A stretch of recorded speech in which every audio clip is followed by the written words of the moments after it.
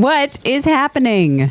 Parents protest opt-out option for LGBTQ curriculum in Maryland. I mean, I guess these conservative tactics are bringing awareness and working to a certain extent, but I also think parents are just paying more attention to what's being taught in their schools for the first time in, I guess, a couple of decades. Good for you, parents. You've been allowed to check out, and now you're like, what? So at Glendale and in Montgomery, Maryland, Montgomery Park, Maryland, or somewhere like that, these parents showed up and they were at a school board meeting and they were outraged because in one instance, you couldn't opt out of the LGBTQ teaching, or they were voting to try and make it essentially mandatory. You weren't going to be allowed to opt out.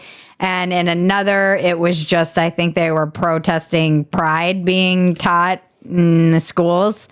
And these were all primarily Muslim families, which is, I mean, I was laughing because, first of all, the optics are hilarious. Like all these liberal white women protesting these Muslim families and women. How are you? You said I haven't met an atheist? Yeah, you look at me like you haven't met an atheist before. Oh, okay. Well, nice to meet you. Nice to meet you, too. You want to shake Hi. hands? No, I really don't. And it's like the oppression Olympics, actually. This is like the protected class Super Bowl. I don't know about you, but frankly, I'm sick and tired of how minority groups are marginalized in today's society. I don't know. I mean, I know how they're going to reconcile it. They're just going to be like, this is the Muslim face of white supremacy or whatever. They'll just call them racist and white supremacists, and that's how they'll justify their opinion that comes into conflict. And that's how they'll assuage the cognitive dissonance in their own minds of how are these people that are token immigrants possibly not agree with us on all of these social causes. And it turns out many American immigrants are social conservatives. Something a lot of white liberals apparently don't know and are just learning for the first time. The first issue is to protect Muslim children in public schools from indoctrination to things that conflict with their religious beliefs. Islamophobic and transphobic, until transphobic started getting thrown around as the way to just cudgel any kind of dissent, it was Islamophobic, as some of you might remember, particularly around Trump's early 2016 when he put the ban on Muslims, and then everybody started calling anybody Islamophobic, even people like my friend Yasmin Mohammed, who might speak out against the religion and had her own experience with it, Ayan Hirsi Ali, by feminists calling them Islamophobic for even daring to question the religion.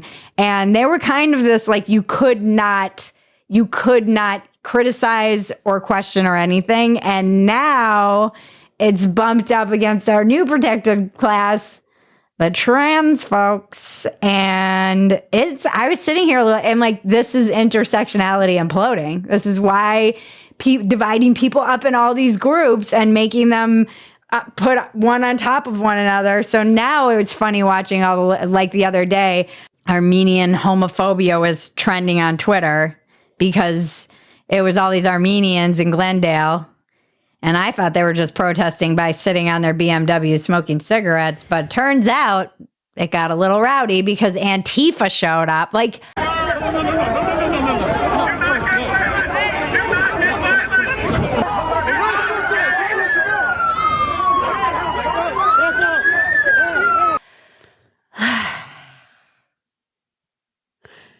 I get why that parental rights are meaningful.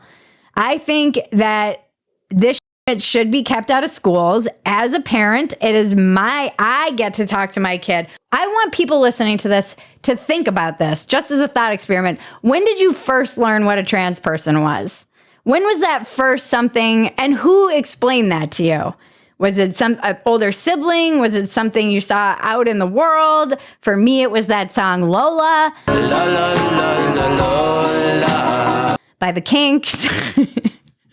I think about this. It certainly wasn't your first grade teacher talking about, I don't want my teachers talking to my children about sexuality, genitalia, anything other than like sex ed, but they've kind of, put this all into sex ed, which is the sneaky, creepy way. Yes, good, Flory. Remember the filthy Sanchez. Hot Carl? Yes, you can give your partner the old hot Carl, sure. So I think parental rights are important. You have a right to say what your child is or is not exposed to, especially when it comes to stuff like gender and sex. And you have a right to have an opinion about what your child is being taught.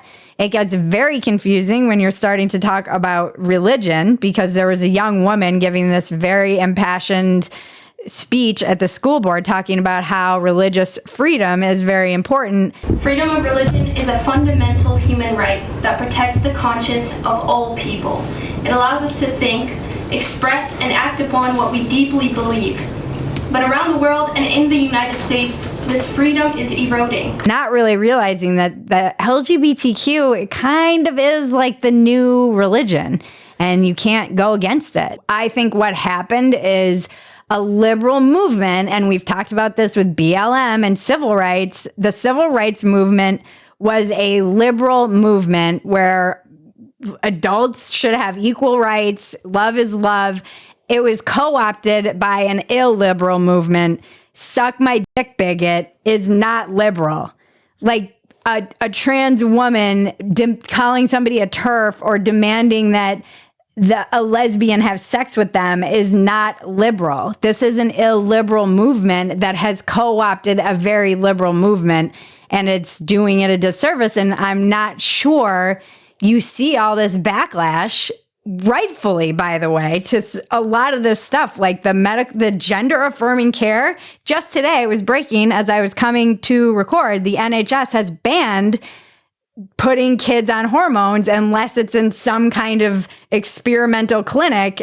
They're not allowing it anymore. Most of Europe has overturned this because they're realizing you can't pause puberty. These kids are getting sterilized. So gender affirming care is a very slippery way of disguising the sterilization of children. And I agree that parents should be pushing back against that. We should all be pushing back against that. However, it gets tricky because how do you not throw the baby out with the bathwater? All of these things are so fundamentally linked. Pride used to just be about not having shame for being gay. The most radical queers have been bitching about pride being corporatized forever.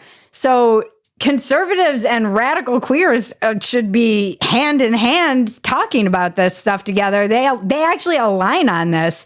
The radical queers didn't like this either. So when it got corporatized, it got confusing and ugly, and now it's all together, and it's going to be hard to extract those illiberal parts from what was a liberal movement, and I'm not sure how you do it. Brexit is acting as a sea anchor. We must cut it loose. This is like the question that has been haunting me. Yeah, I'm writing a piece about it. I'm like, how do you do this without going backwards or regressing? Right. Without hurting, gay people who fought long and hard to just be able to get married. Because underneath a lot of the conservative rightful pushback, there's a lot of old school homophobia and bigot. It just like you can see it. I see it online. I see it in comments. I see it kind of underlying some of the rhetoric where it's like, yeah, and that's why we never should have let these people get married. Flashback. Maybe it was slippery slope. Now, yeah, I'm not sure how this plays out, honestly. Who will emerge the untouchable victor in the phobic Super Bowl? It's the phobic Super Bowl, sponsored by Bud Light.